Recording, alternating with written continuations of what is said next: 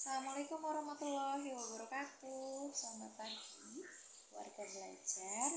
Kali ini kita akan membahas tentang PPKN kelas 10, yaitu membuat kesepakatan bersama.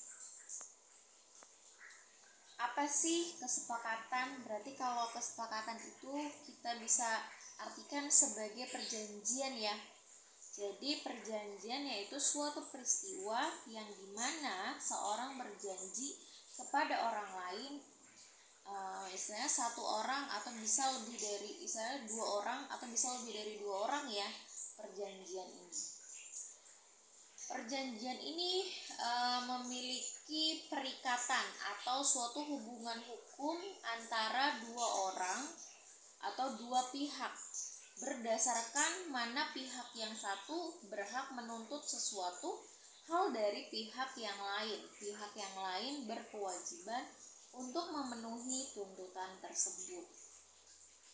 Perikatan merupakan akibat hukum dari adanya suatu perjanjian.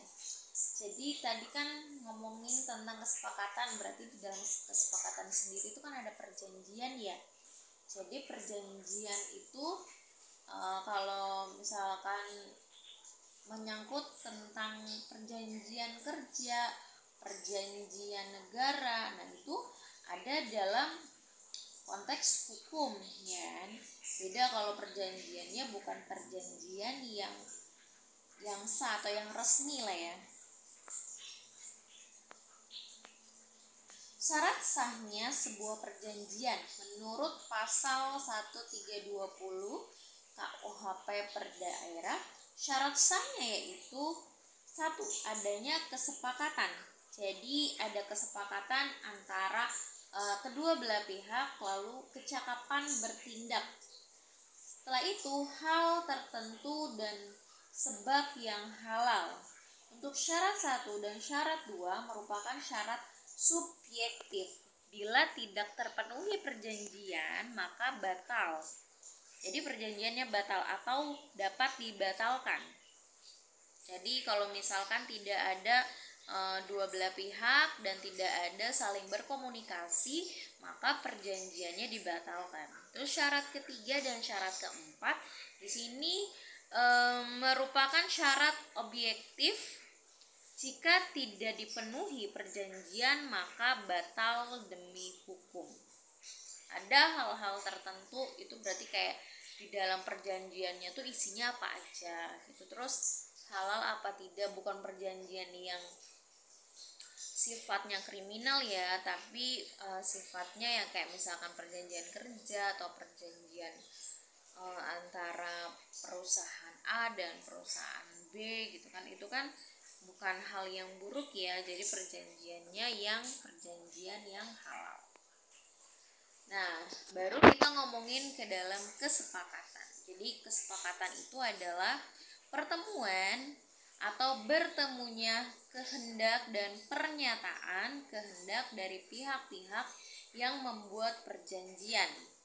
Sebab-sebab cacatnya kesepakatan atau buruknya ya sebuah kesepakatan, yaitu satu, karena ada paksaan atau duang. Jadi misalkan kita sepakat nih untuk melakukan tersebut tapi kita dipaksa, nah itu nggak bisa, itu nggak boleh. Jadi dalam kesepakatan ini kedua belah pihak tidak merasa dirugikan dan tidak merasa dipaksa.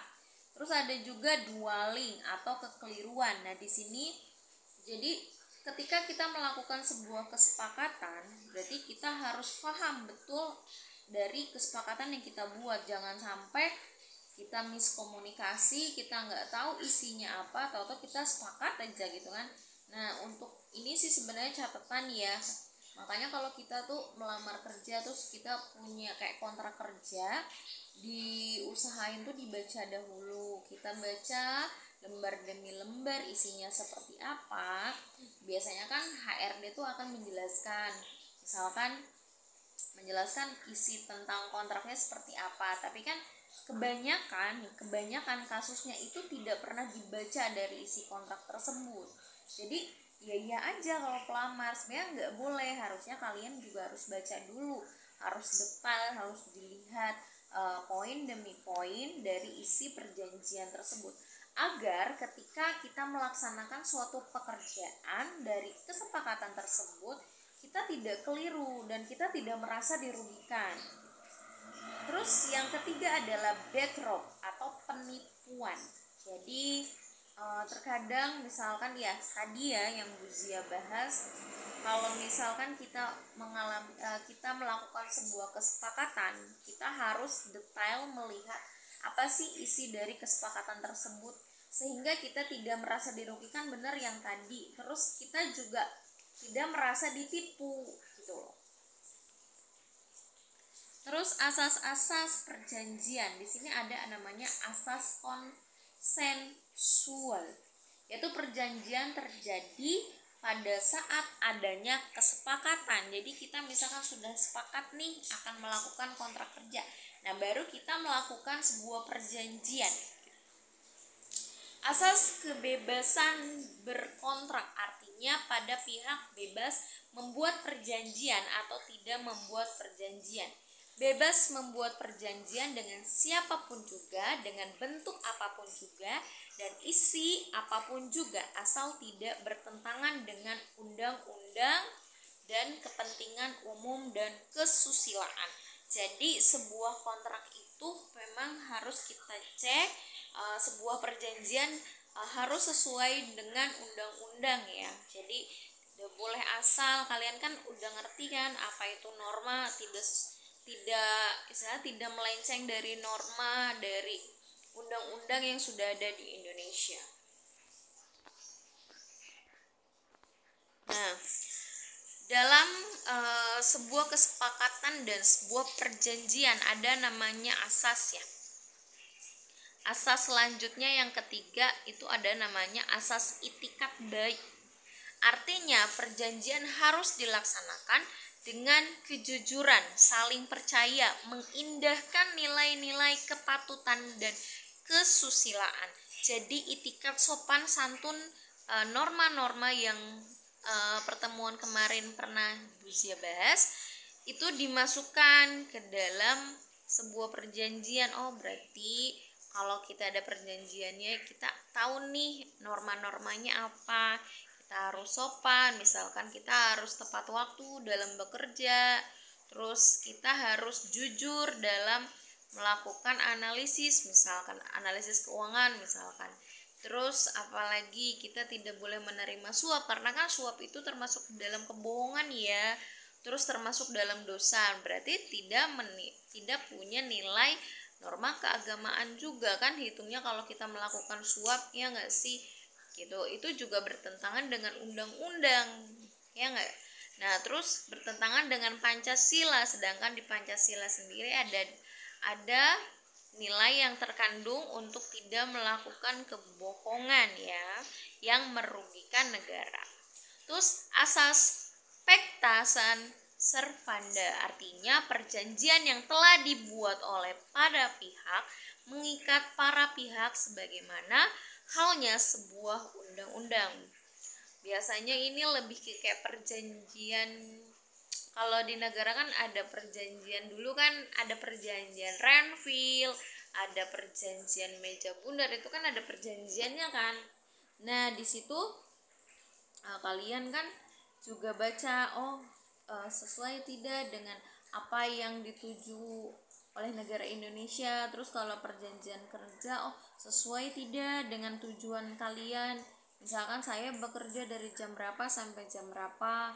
Terus kesepakatannya sesuai tidak dengan kondisi di lingkungan nanti. Kalau misalkan tidak sesuai, sebagai pihak yang mentandatanganin kontrak itu bebas untuk melakukan kayak pembelaan diri, karena memang kalau misalkan kita melakukan kontrak kerja itu kan hitungnya kita sudah diberitahu ya, misalkan kita tidak boleh telat atau kita tidak boleh melakukan kesalahan atau bekerja dari jam berapa sampai jam berapa, misalkan ada kesepakatan, pasti ada kesepakatan.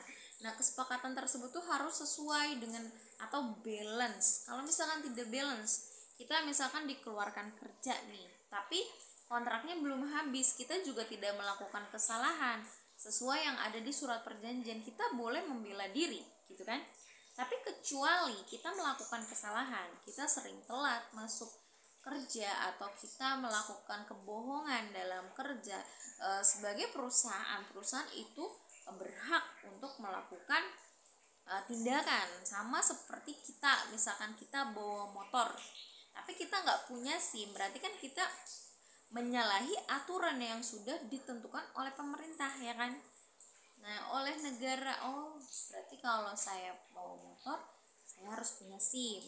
Terus kalau saya kalau saya bawa motor juga tidak boleh kebut-kebutan. Terus kalau ada jalan one way, berarti saya harus mengikuti peraturan. Nah, kalau kalian sudah mengikuti peraturan, sudah mengikuti kesepakatan yang dibuat oleh negara dengan rakyatnya, otomatis kalian akan terlindungi gitu kan, karena kita sudah tahu konsekuensinya ini gitu. Nah, sekarang apa yang dimaksud dengan kesepakatan bersama itu apa sih? Yang sudah Bu jelaskan, boleh dikembangkan dengan bahasa kalian sendiri. Terus sikap apa aja nih yang diperlukan agar kesepakatan bersama dapat dilaksanakan bersama. Entah sikap apa nih, berarti kita harus apa gitu loh, agar kesepakatan ini berjalan dengan lancar sesuai dengan apa yang diinginkan dari kedua belah pihak gitu. Terus berikan contoh kesepakatan bersama minimal 3 gitu ya. Oke, terima kasih. Thanks you for listening. Kalau ada yang mau tanya, silakan komentar ya. Assalamualaikum warahmatullahi wabarakatuh.